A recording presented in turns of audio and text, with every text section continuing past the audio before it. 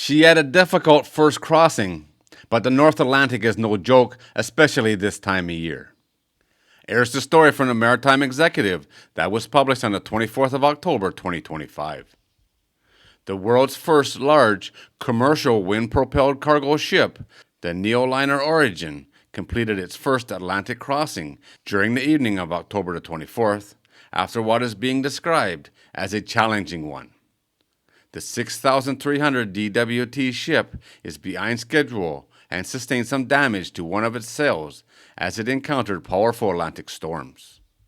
Neoline reported that the ship, which departed France on October the 16th, with its first Atlantic cargo, sustained damage 2 days into the crossing.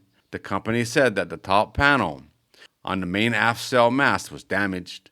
The forward mast sail was still fully functional. However, the vessel was underway in a hybrid mode, combining the sail with its engine. The weather caused the vessel to arrive off the coast of Canada at the French outpost of Saint-Pierre-et-Miquelon after dark on Friday, October the 24th. The company was live streaming the event and invited residents to line the shoreline to see the historic ship sail in. This ship is due to move on to the commercial dock on Saturday to offload its first cargo, but the company told residents it would be a brief stop for commercial and technical reasons. Media reports indicate that technicians were flown to the island to aid with repairs to the sail. The ship will proceed to Baltimore. It had been originally scheduled to arrive on October the 29th and was later delayed to October the 30th and maybe later still. A welcoming event in Baltimore has been postponed till the second trip.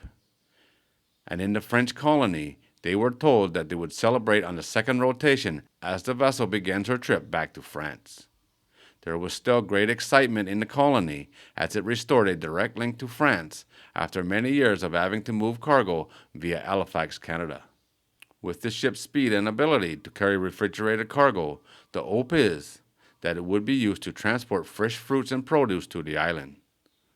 Company officials highlight during the launch ceremonies in France that it was the accumulation of 10 years of work, but they view the vessel as a prototype for a larger service.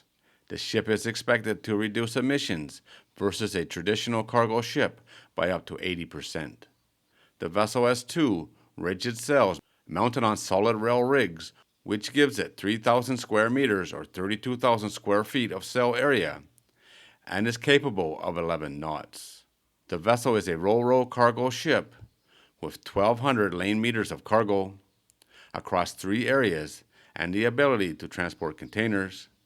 She also has accommodations for 12 paying passengers as well as 13 crew.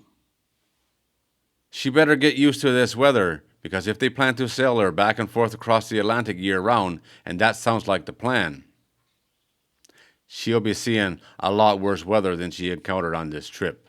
But this is the first trip. She made it there safe, a little damaged, but safe, and that's the main thing. They can figure this stuff out and get her back in business. But they seem to have her on a very tight schedule for her first crossing, and that might not have been the smartest move. Either way, she made it there safe. It is the first crossing, and things can only get better from here. All right, guys, there it is. As always, thanks for watching. If you're new here and you like these kind of videos, don't forget to subscribe before you leave, and I'll see you on the next one.